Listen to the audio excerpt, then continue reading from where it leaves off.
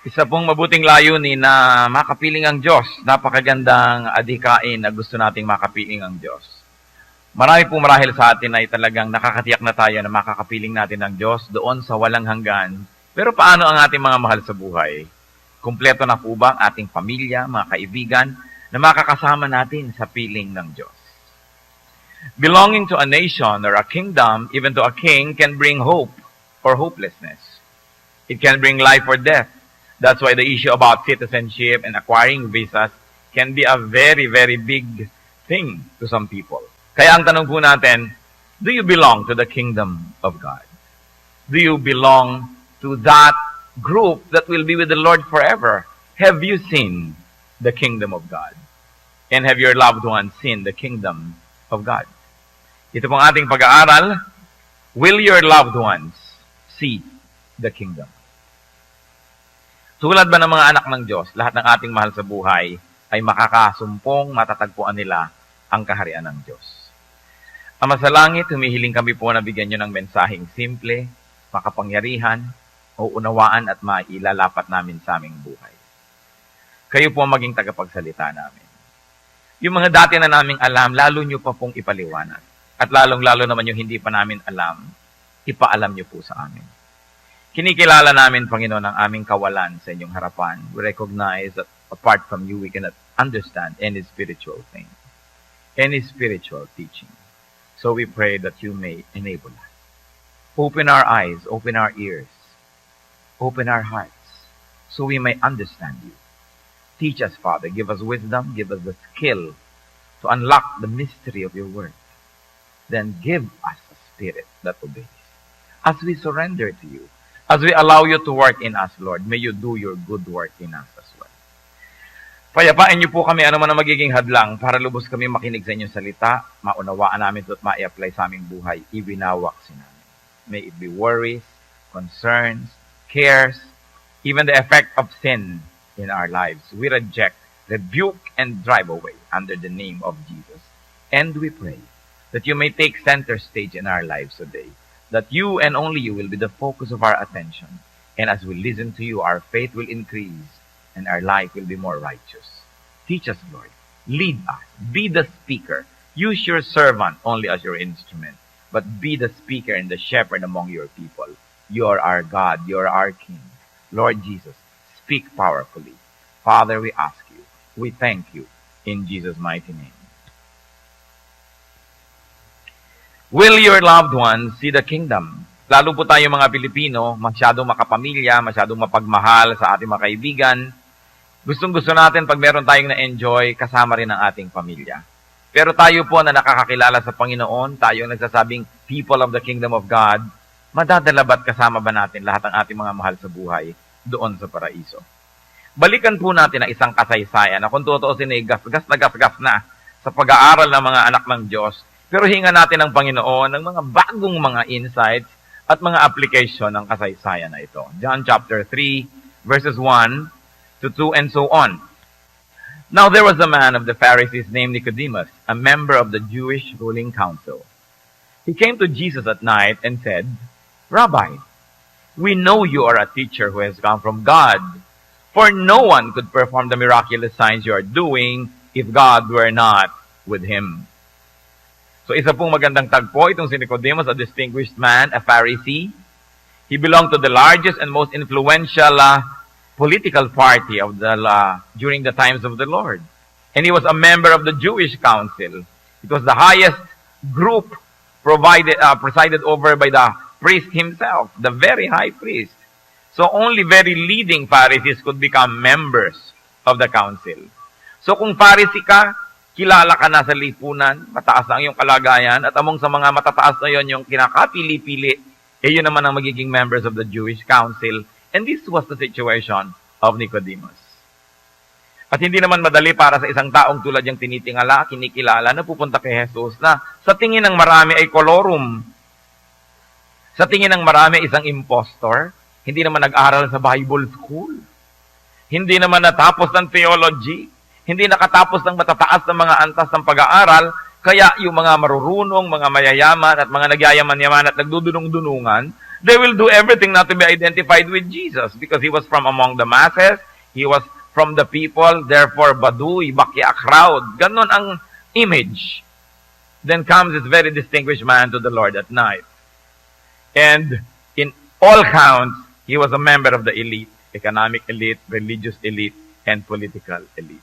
But there was something worth looking into in Nicodemus. And it would be easy to suspect that he was a believer of the Lord. At the very least, willing to believe. Or already partially believing and would like to be convinced to believe fully. So he came to the Lord at night.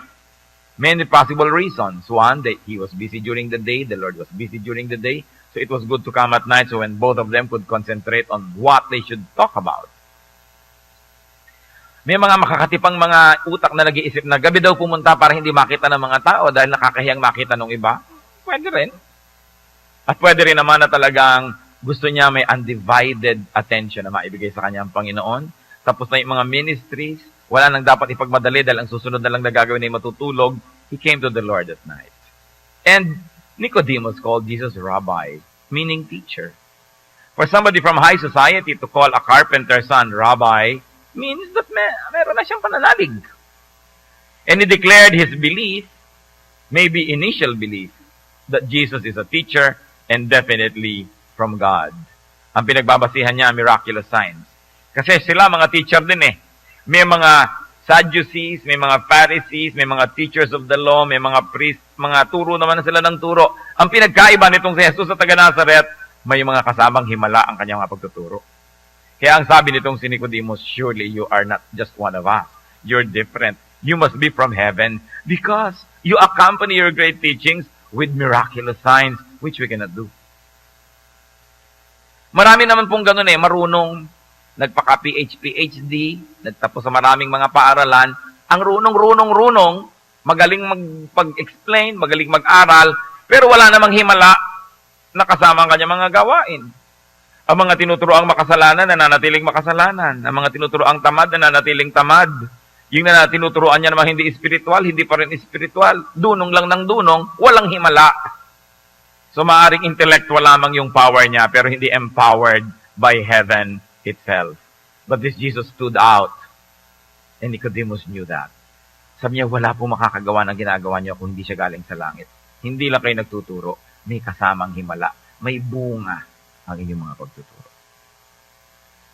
And what are the lessons that we can glean from this encounter? First, that those who already have some faith in Jesus should come closer.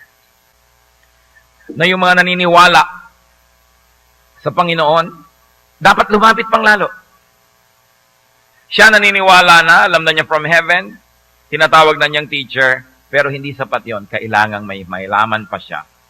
Pagka po tayo ay may nakitang isang maganda at mabuting bagay, dapat nating i-pursue. Dapat natin yan na hanapin at ituloy ang paglago natin doon. You know, some people know a little but do not pursue Jesus. Marami naman eh. Ang dami-dami pong tao kahit sa ating bansa, meron ka bang alam tungkol kay Jesus? Meron. Hindi ba siya ay ipinanganak na ganito? Sa sabsaban? Hindi ba siya ay naipako sa krus? Pero hanggang doon na lang. Our little knowledge of Jesus must encourage us to pursue so that we can know more, and knowing more, we can believe some more. Some people believe but do not pursue the truth. Therefore, they are not able to believe enough. So we can learn from Nicodemus, who was already a Pharisee and a leader, but still humbled himself and tried to get closer. Then tuloy ang kanilang usapan, John chapter 3, verse 3. At sinabi ni Lord itong to be famous sentence na ito. In reply, Jesus declared, I tell you the truth. No one can see the kingdom of God unless he is born again. Akala ng iba yung pagiging born again ay bagong uso. Hindi, ang Panginoon mismo sa kanyang sariling labi lumabas ang mga pangungusap na ito na ang kailangan ng tao ipanganak na muli. Kailangan siyang magbalik loob. Kailangan siyang magbagong loob. Maging iba siya para niya makita, makilala ang kaharian ng Diyos. And he was very emphatic. I tell you the truth. Kung tatagalugin natin, sabi ni Lord, sa totoo lang, walang maliligtas kung hindi siya ipapanganak na muli. So you will never see the kingdom of God. And what is the kingdom of God? One meaning of the kingdom of God can be the actual heaven, the abode of God, the actual place. And yet another meaning of the kingdom of God, which many people miss, is the Spirit of God that characterizes and fills that actual place, which can be here now.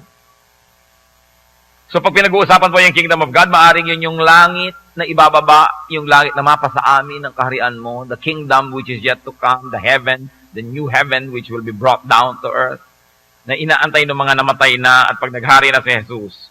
Pero meron pa pong isang meaning ang kingdom of God, yung essence, yung wisdom, yung ways of God that we can feel and we can know now.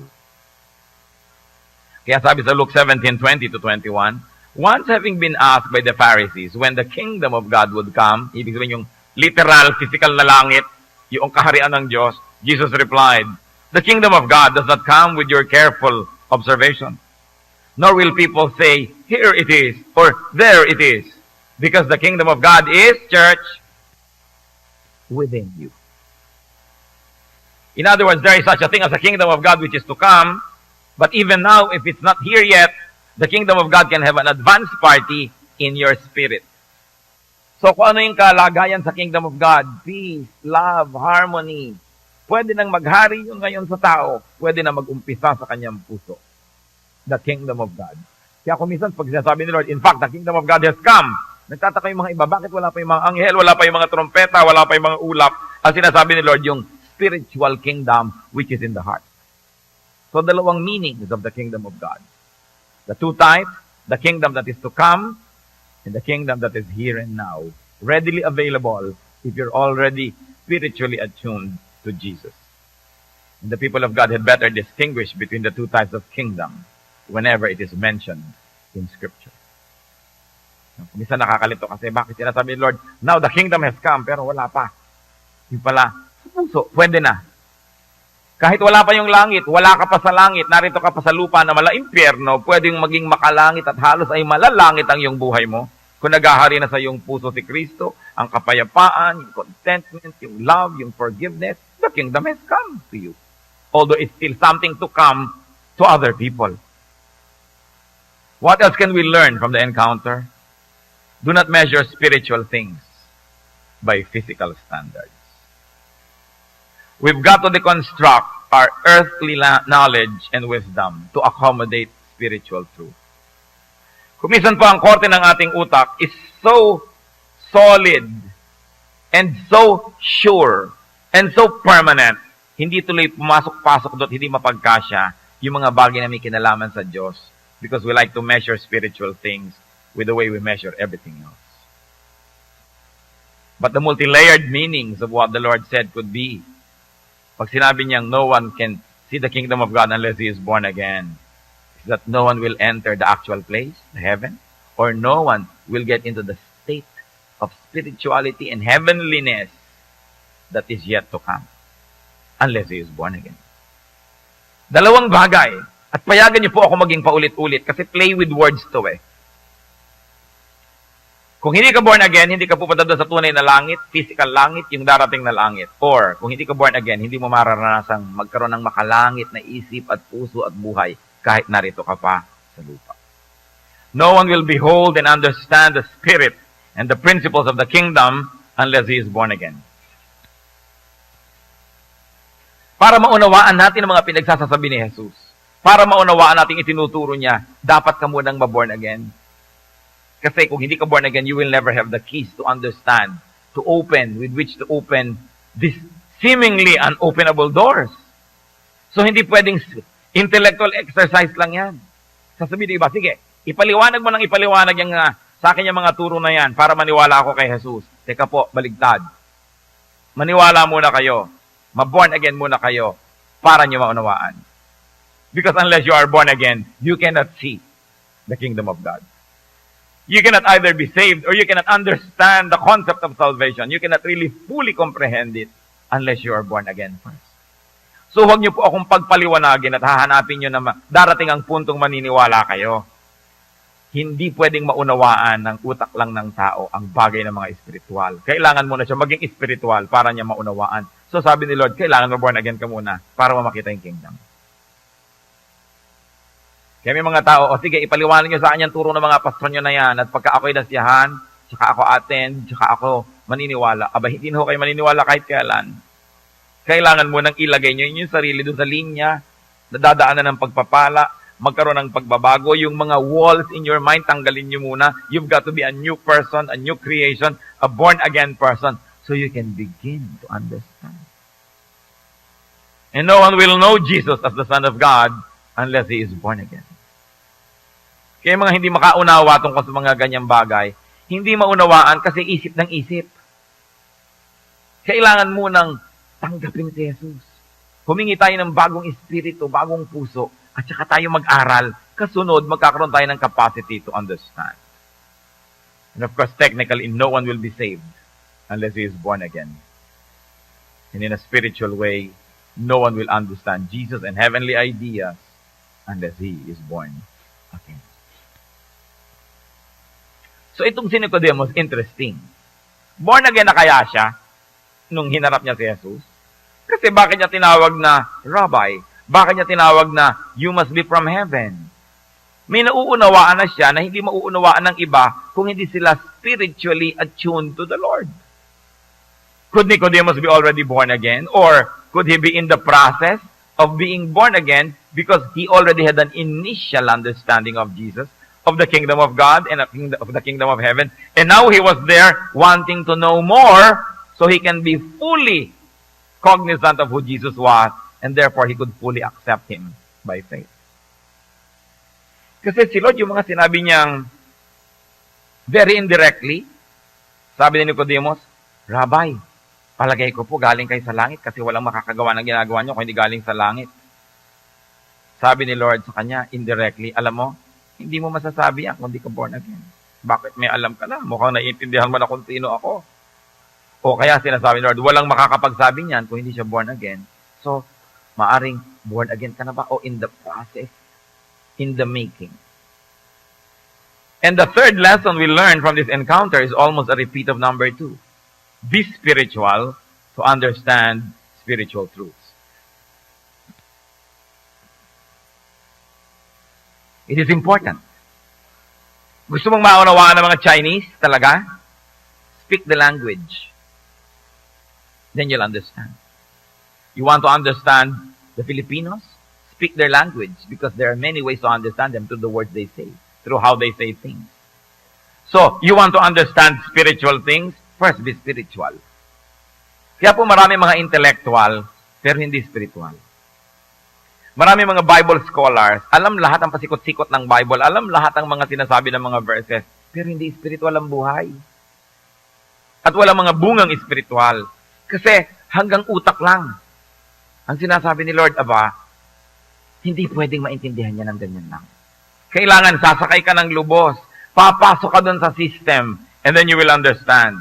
Sapagkat ang mga spiritual na bagay hindi na pag-aaralan, yan ay ipinagkakaloob ng Espiritu ng Diyos. Kaya pati nga ang panalangin, hindi naman natin lubos na nauunawaan, kaya ang tunay na panalangin talaga yung led by the Spirit. Sa Romans 8:26 to 27. In the same way, the Spirit helps us in our weakness. We do not know what to ought to pray for, but the Spirit Himself intercedes for us with groans that words cannot express. And He who searches our hearts knows the mind of the Spirit, because the Spirit intercedes for the saints in accordance with God's will. Maraming possible readings ito. Isa sa mga yan, hindi mo naman alam talaga kung anong dapat mo ipag-pray eh. Dahil hindi po ba sinasabi, if you pray according to God's will, He hears. Therefore, true and effective prayer is that which is done in accordance with God's will. Question, do you know God's will? No. We have an idea, a general idea of what God wants to happen, pero specific will. Ang papakasalan mo ba si Antonio o si Rico o si Dalmasio? You don't know, wala sa Bible eh. You don't know what the perfect will of God for you is. Ang gagawin mo bang negosyo ay magtatayo ka ng palaisdaan o ng scrap shop o magtatayo ka ng computer store? You don't know. And when you pray, how do you now pray powerfully? Sabi, the Spirit helps you. Sinasabi sa'yo ng Holy Spirit, itong ipag-pray mo, ito ang will ng Father. At pag malinis ang iyong kalooban, spiritual lang yung buhay, naririnig mong mabuti yung tinig ng Espiritu, nasusunog mo, may udyok sa'yo, bakit nagigising ka ng alas 2 ng umaga, gusto mong ipag-pray sa aling tekla. Tapos malalaman mo pala kinabukasan, nanganganib yung buhay dyan ng oras na yun, kaya mo siya pinag-pray. The Spirit leads you to pray according to God's will. Kasi, ang buhay mo ay spiritual. Pero kung hindi ka spiritual, sinasabi na ng Spirit, ipag-pray mo sa aling Petra. Hingi ako ng bahay. Lord, bigyan niyo po ako ng bahay. Wala, hindi sinasagot. Kasi, when we ask according to God's will, He hears. That's why the work of the Spirit is so important. The Spirit reveals to us what we cannot know by our knowledge alone. So sabi, the Spirit helps us in our weakness. We do not know what we ought to pray for, but the Spirit Himself intercedes for us with groans and words that words cannot express. So if the Spirit works that way in our prayer life, the Spirit can work that way in understanding the Bible, in understanding Jesus, in understanding the kingdom of God. So para maunawaan, maging spiritual ka muna, maging born again ka muna. Itatwa mo muna, ihingi ng tawad, talikuran na yung mga kasalanan, tanggapin mo si Jesus. At pag nandun ka na sa pwesto na pwedeng daluyan ng pagpapala, dun mo ngayon mauunawaan because now you have a relationship with the Holy Spirit. You are now the temple of the Holy Spirit. You understand things that many people cannot understand because the Spirit intercedes with sighs and moans that words cannot express. Kaya magtataka po tayo, ba't binabasa natin yung Biblia, nabura na kababasa natin, wala kang makitang kahulugan. And here comes somebody receiving revelations from the Spirit of God and tells you, eto ang nakita ko dyan sa verses na yan. You say, bakit di ko nakita? Bakit 5 beses ko na yung pinag-aralan? 10 beses ko narinig na itinuro, ngayon ko lang nakita yung angle na yan. Because the Spirit helps us in our weakness. We don't even know what to look for. We don't know what to study. We don't know what to understand. But the Spirit intercedes for us with groans that words cannot express. That's why in the work of the Lord, in our spirituality, the work of the Holy Spirit is everything. At sino naman ang binabarkada ng Holy Spirit? Sino ang tinuturuan ng Holy Spirit? Yung pinapaturuan ng Ama. At hindi lang yon, yung nabubuhay ayon sa kagustuhan ng Espiritu. Kaya mahalaga sa prayer life yung holiness, yung righteousness.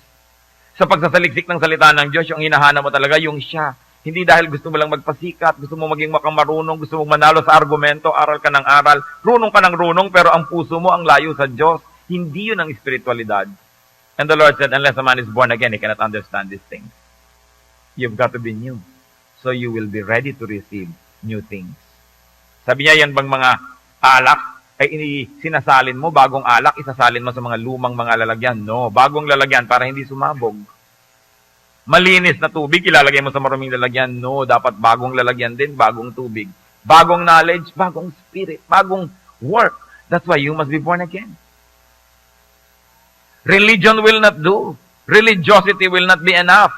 You've got to have a new spirit. So tuloy ang usapan nila sa John chapter 3, verse 4 this time. Sabi ni Lord, you must be born again. How can a man be born when he is old? Nicodemus asked. Surely he cannot enter a second time into his mother's womb and be born. May pinanggagalingan itong Nicodemus na ito. Sa kanila po kasi yung phrase na yan, yung meaning ng born again is mga Gentile na naging Jew. Tumanggap sila ng salita ng Diyos, naging Jew. Na born again, yun ang tanggap nila dyan sa word na yan. So sabi ni Nicodemus, Jew naman ako, Jew na ako dati, paano pa ako mababorn again? Magja-Gentile ba muna ako para maging Jew ako uli? O paano ba yan? Ipapanganak ba ako uli na ibang tao para iluwal na naman ako para maging iba? You know, it was a direct question, a very provocative statement that sought an answer and a response. So, ang learning natin dito na naman, ask to learn. Nicodemus asked to learn, not to challenge. He was subordinating himself to Jesus. He was asking for siguro to confirm what he already previously thinks to be so, or he's really searching for new answers. And he might be willing to replace his old mindset with a new answer that he might understand from the Lord. Sabi niya, how can a man be born when he is old? There are many readings. Jew na ako, paano pa ako magiging Gentile para lang mag-convert para maging Jew? Pwede pa bang mangyari yun? O pwede rin niyang sabihin, literally, paano mababorn again ang isang tao kung matanda na siya? Papasok pa ba siya sa sinapupunan ng kanyang ina para siya ipanganak na muli? But surely that is not the main reason he was saying these things. Kasi pareho naman silang matalinong tao, bakit sila mag-uusap sa napakababang antas? So surely these are symbolisms. Then John 3, 5-8. Jesus answered, I tell you the truth. No one can enter the kingdom of God unless he is born of water and spirit. Now, the plot thickens. Nagkaroon pa ng water and spirit. Flesh gives birth to flesh, but the spirit gives birth to spirit. You should not be surprised at my saying, you must be born again. The wind blows wherever it pleases. You hear its sound, but you cannot tell where it comes from or where it is going.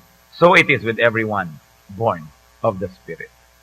Parang lalong kailangan ng maraming katalinuhan at pagpapala para maunawaan ang pinag-uusapan ng dalawang ito. So the Lord engaged Nicodemus, and the Lord answered the question. And he elaborated, to enter the kingdom of God is to be born again. And to be born again is to be born of water and spirit. Sabi pa ni Lord, flesh gives birth to flesh. Spirit gives birth to spirit. In other words, the Lord was saying, you want to enter the kingdom of God, hindi pwedeng worldly ang usapan natin. Kailangan spiritual. So huwag mong gamitin ang mga worldly reasoning mo. Kailangan maintindihan mo ito from a spiritual level. Kasi kung worldly ang reasoning mo, ang magiging bunga lang yan, puro worldliness. Hindi ka makakaakyat sa kingdom of God. So ibahin natin ang takbo ng usapan, ibahin natin ang rules of the game, ibahin natin ang logic. Kailangan spiritual. Because the kingdom of God is not of flesh. It is a spiritual one. Because of that, the way to it, the way to understanding it, is not by knowledge, not by flesh, but by the Spirit. Meaning being spiritual. Therefore, kailangan ng tao spiritually reborn. Everyone born of the Spirit, everyone spiritually reborn, sabi ni Lord, is like the wind. You cannot see it, but you know it is there. So, pagka daw ang isang tao na born again, ang kanyang espiritu, ang kanyang lahat-lahat, may nalalaman na hindi mo maipaliwanag. Alam mo nandyan, pero hindi mo alam kung saan galing, saan pupunta. Pero alam mong nandyan. And it is only discerned from the heart. So another lesson we can learn is that the way to God's kingdom is a spiritual one. Not intellectual only, not physical and material only, but a spiritual one. Ano pong ibig sabihin nun? I like to go to God's kingdom. Hindi pwedeng daanin ko lang to sa patalinuhan, sa mga argumento. Kailangang maranasan ko ang Diyos sa espiritual, malalim, at personal na paraan. Nalilito ba kayo? Kakalito, di ba? Hindi kayo nag-iisa. Dahil sabi ni Nicodemus sa John 3:9, how can this be? Nicodemus asked, ano ba itong tinatakbo ng usapan ho natin? Pakipaliwanag nyo nga. So another question. And Nicodemus knew his place. He was the seeker. He was the student. Kaya pinaalala ni Lord, John 3:10-15. Tuloy natin ang basa. At kung may nalilito sa inyo, huwag mo na kayong susuko. Hang on and ask God, Lord, reveal to me. Sabi ni Lord, you are Israel's teacher and you do not understand these things. I tell you the truth. We speak of what we know, and we testify to what we have seen. But still you people do not accept our testimony. I have spoken to you of earthly things, and you do not believe. How then will you believe if I speak of heavenly things? No one has ever gone into heaven, except the one who came from heaven, the Son of Man. Just as Moses lifted up the snake in the desert, dumami na naman ang karakter, nagka-snake pa. So the Son of Man must be lifted up, that everyone who believes in Him may have eternal life.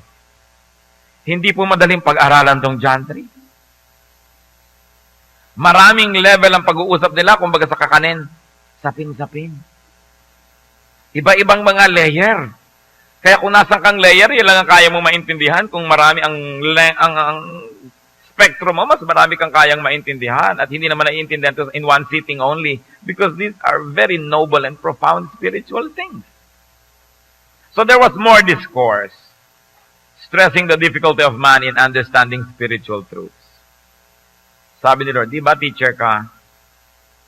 Ba't di mo ito maintindihan? Alam niyo po yung tanong na yun, hindi para insulto yun si Nicodemus. Sinasabi niya, lahat ng pagtatangka nyo, lahat ng pagsisikap nyo, lahat ng educational institution ninyo, walang nararating. Kasi hindi kayo spiritual eh. Puro lang kayo intellectual. Puro lang kayo parunungan. Walang mararating yan. Sabi niya, spiritual things can only be understood by spiritual people because spiritual things can never be learned. They are only revealed by the Spirit of God. A teacher like Nicodemus was still ignorant. And a teacher like Jesus, despite the miraculous signs, was still misunderstood, doubted, and rejected. Sabi niya, kung binag-uusapan natin, mababang antas, hindi natin tayo magkaintindihan, tataasan pa ba natin?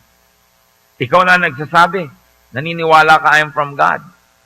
Nakikita mo yung mga miracle. Yung pala, bakit hindi kayo maniwala ng lubos? Bakit hindi nyo tanggapin ng buong buo? Kung hindi nyo man naiintindihan, for the sake that you recognize that I am from heaven, then by faith, understand and try to believe and accept what I'm saying. People are trying to make everything enter through their mind. Para kayong merong pagkalaki-laking kama, hindi maipasok sa bahay nyo kasi ang kipot ng pinto. Ganun ang ginagawa ng maraming tao. Understanding spiritual things sa kakiputan ng utak nila. Sa kaliitan ng alam at sa kaliitan ng pananampalataya, hindi na mangyayari pa. Kaya kailangan gibain yung buong bahay na yan nang maipasok yung kama na kailangan ipasok.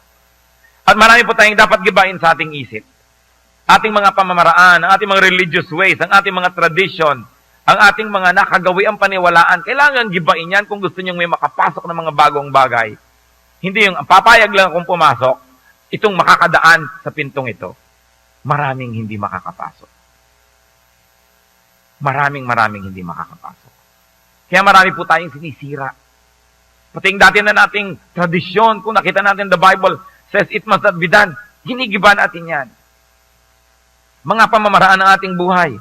Sinabi na nga ng Bible, dapat huwag kang maging mayabang, ang yabang mo pa. Hindi pumapasok yung mga teaching kasi may nakabara. Sinasabi na nga, kailangan ka magparaya, magpasensya, magpatawad. Hindi naman natin ginagawa. So, anong ginagawa po natin sa katuruan ng Biblia? Pang-utak lang. Hindi ina-apply sa totoo. Alam ang turo, pero hindi sinusunod.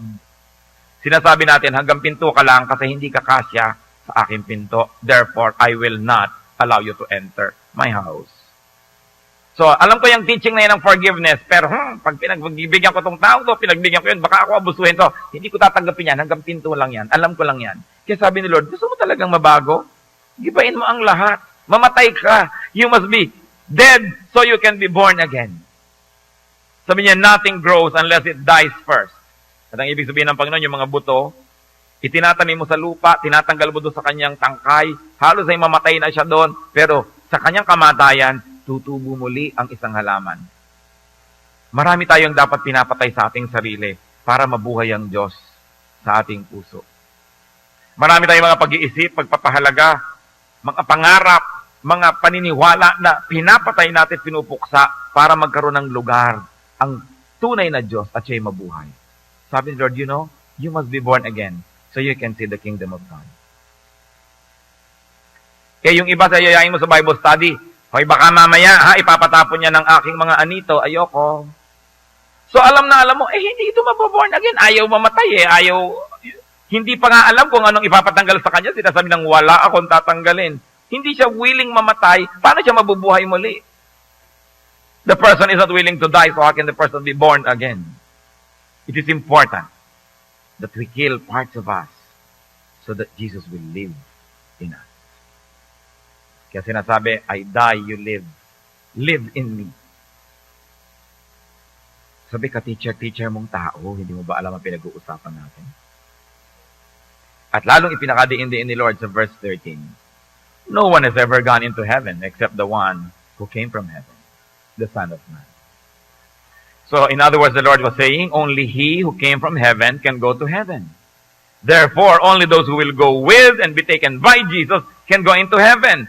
Sabi niya, yun lang galing sa langit ang makakapunta sa langit. Ako lang ang galing doon. Ang makakarating lang doon ay yung isasama ko. Yung sasama sa akin. In other words, para kita isama, kailangan kang mamatay at ako'y mabubuhay sa iyo. At dahil ako'y nasa sa iyo na, papasok ka na sa langit. Pero yung ikaw buong buo as you are, gusto mong pumasok doon, off limits, hindi ka pwede doon. You've got to die. You've got to die to your old self. And let me live in you. Then I can take you to heaven. How can people go to heaven? How can people see the kingdom of God? In our everyday language, we mean, how can we be saved? By being born again. So, teka na, ipaliwanag na po ba talaga kung anong pagiging born again? It's by believing in Jesus. Dahil sabi sa verse 15, that everyone who believes in Him may have eternal life. If to be born again is to have eternal life, is to believe in Him is to have eternal life. Therefore, to be born again is to believe in Jesus. Simple mga mathematic formula. No? Whatever you do on the left side of the equation, you do on the right. If A is equal to B, if B is equal to C, then A is equal to C. So to be born again is to see the kingdom of God. To believe in Jesus is to see the kingdom of God. Therefore, to be born again is really nothing but to believe in Jesus. So, ang sinasabi, Lord, you want to go to heaven? Believe in me. You must be born again. Kaya lang, meron pang problema. To be born again is by being born of water and of spirit. Ano na naman yan? Elaborate teachings were born out of this water and spirit idea. What does it mean? What can it possibly mean to be born of water? Water kasi, what do you think of water? Whenever you think water, can you think baptism? To be born of water ba is equal to baptism? Because baptism is equal to repentance. And repentance is equal to cleansing. Therefore, to be born of water, sinasabi lang ni Lord, you must be born of water. In other words, kailangan ka ma-cleanse. How? Kailangan ka mag-repent. Anong symbol ng repentance? Baptism. That's why baptism is always part of an important ritual. Hebrews 9:22. In fact, the law requires that nearly everything be cleansed with blood. And without the shedding of blood, there is no forgiveness. If going to be heaven means being forgiven first, how can I be forgiven? By the shed blood of Jesus. And how can I be cleansed by the shed of blood of Jesus? By believing in Him. And what is the symbol of that? Repentance, baptism. Acts 2:38, Peter replied, repent and be baptized, every one of you, in the name of Jesus Christ, for the forgiveness of sins, and you will receive the gift of the Holy Spirit. So could it mean that to be born of water is to be baptized, meaning really to repent, meaning really to be cleansed? Remember, baptism is just a ritual, it doesn't save. But if it means an inner truth that you have repented and been cleansed, then it becomes important. And then sabi, you must be born of spirit. Could it be equal to being forgiven, being renewed, and being given a new spirit? Sabi sa 1 Corinthians 6:11, referring to former sinners who have become believers, that is what some of you were, meaning you were sinners. But you were washed, you were sanctified, you were justified in the name of the Lord Jesus Christ, and by the Spirit of our God. At sa Ezekiel 11:9, I will give them an undivided heart, and put a new spirit in them. I will remove from them their heart of stone and give them a heart of flesh. So we go back to the original question, how does one see, how does one enter the kingdom of God? The answer of the Lord, be born again. What can it mean? Be born of water, meaning repent. Be born of spirit, meaning be renewed. And believe in Jesus as from heaven, as the Son of God, as Savior, as Lord. And only Jesus is Savior. Kaya yung atin pong binasa John 3:13, no one has ever gone into heaven except the one who came from heaven, the Son of Man. You want to go to heaven? You want to see the kingdom of God? Only Jesus can take you there because only Jesus came from heaven. Lahat po ng ating mga kapwa-tao, no matter what religious stature, they achieve or religion gives to them, they are from the earth. Kasi tao lang sila. And while Jesus is human, Jesus is divine as well. Hindi tayo kayang iligtas ng kapwa-tao lang. Hindi ka pwedeng tumawag sa kapwa-tao lang. Hindi ka pwedeng magdasal sa kapwa-tao lang. Kahit na nabuhay na siya at namatay ilang libong taon na ang nakalipas o several hundreds of years. At siya ay dumaan sa mga ritual-ritual na binigyan siya ng kung ano-ano mga religious title. Tao pa rin yun. Only he who came from heaven can go back to heaven. And therefore, only those who will cling to this one who came from heaven can go to heaven. Kaya sabi sa John 14:6 ni Lord, Jesus answered, I am the way, and the truth, and the life. No one comes to the Father except through me. How can you go to the Father through someone else? Eh si Lord lang yung from the Father. Siya lang ang pwede mong daanan to the Father. Kaya meron naman mga iba, ini-ignore nila si Jesus. They go directly down to the Father. How can the Father receive you? There is no common denominator. The Father is divine, you are human. Walang transformer. Hindi ba yung 220 gagawin mong 110, yung 110 gagawin mong 220, nandun ka sa gitna.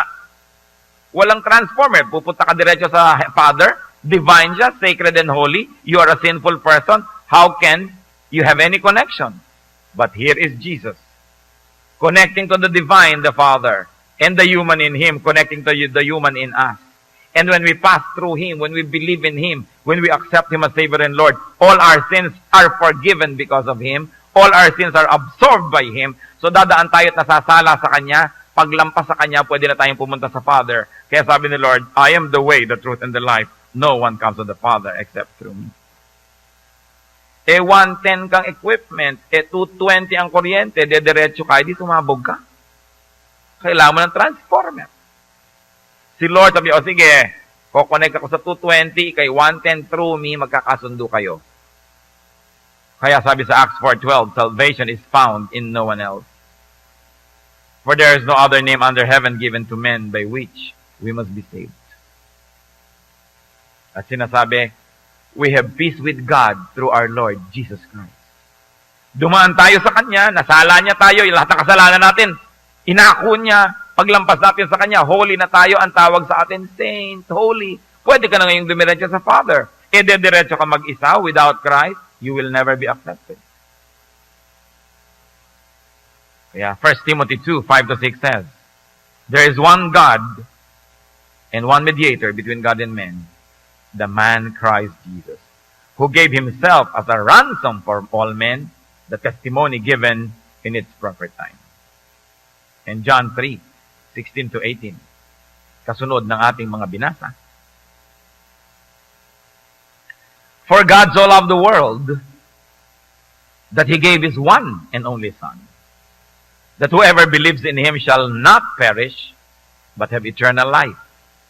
For God did not send His Son into the world to condemn the world, but to save the world through Him.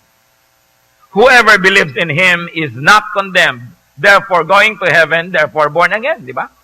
Whoever believes in Him is not condemned, but whoever does not believe stands condemned, church, already, because he has not believed in the name of God's one and only Son.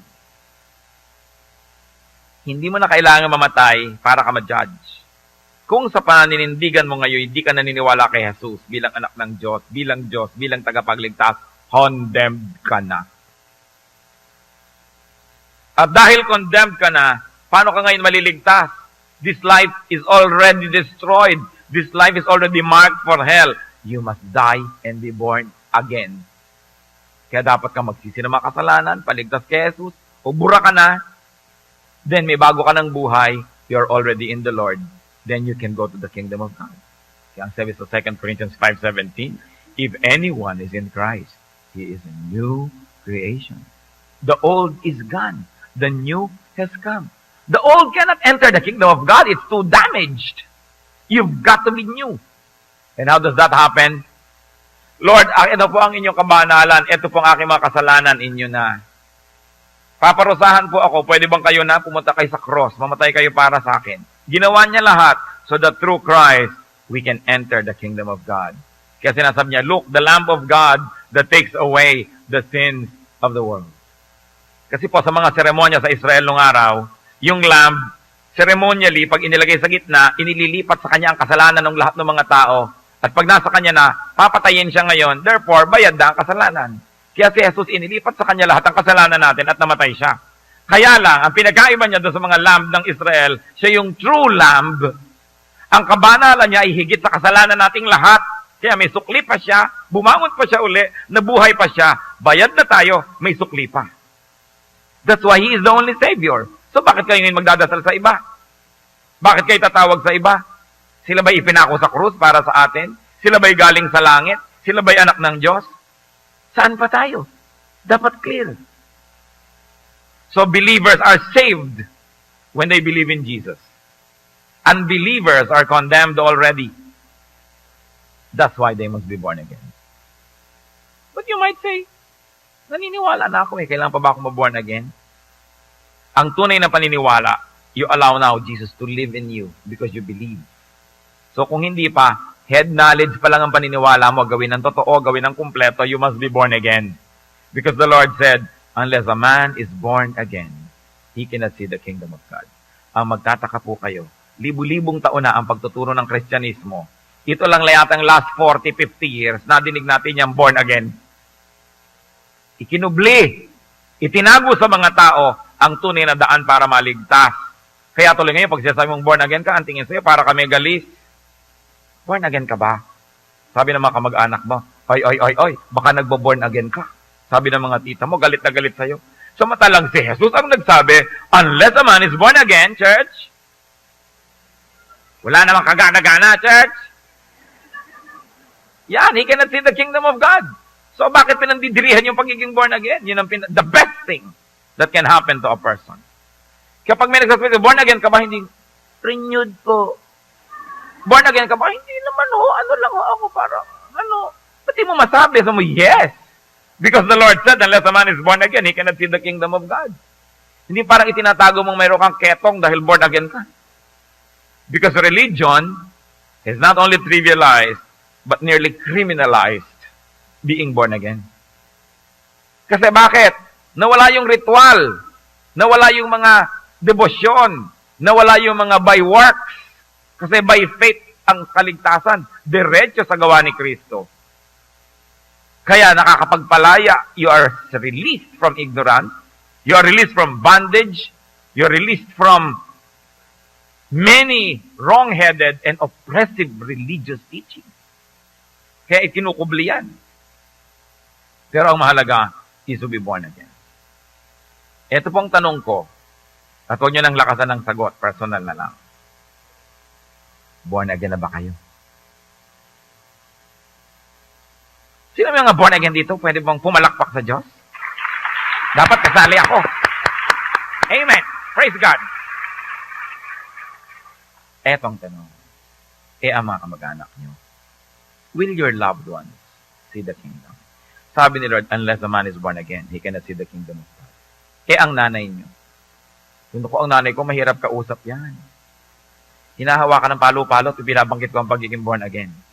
Ibig nyo sabihin, hahayaan nyo na siya, balato nyo na kitaning ang nanay nyo. Para lang siya huwag magalit o maggalit-galitan, di bali na. Paano ang anak nyo? Manugang nyo. Biyenan nyo. Ay, biyenan ko, hindi bali na, huwag na lang. Hindi! Kailangan lalo. Dahil talagang kung tunay kang born again, love your enemies. Hindi mo naman enemy talaga yung biyanan mo. Kung minsan lang may misunderstanding kayo. So, lalo na nating dapat mahalin. At isang malaking test yan kung talaga kang anak ng Diyos. Lahat ng tao gusto mo masave.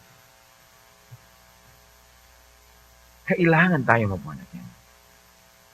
Because those who are born again, those who truly believe in Jesus, will be saved.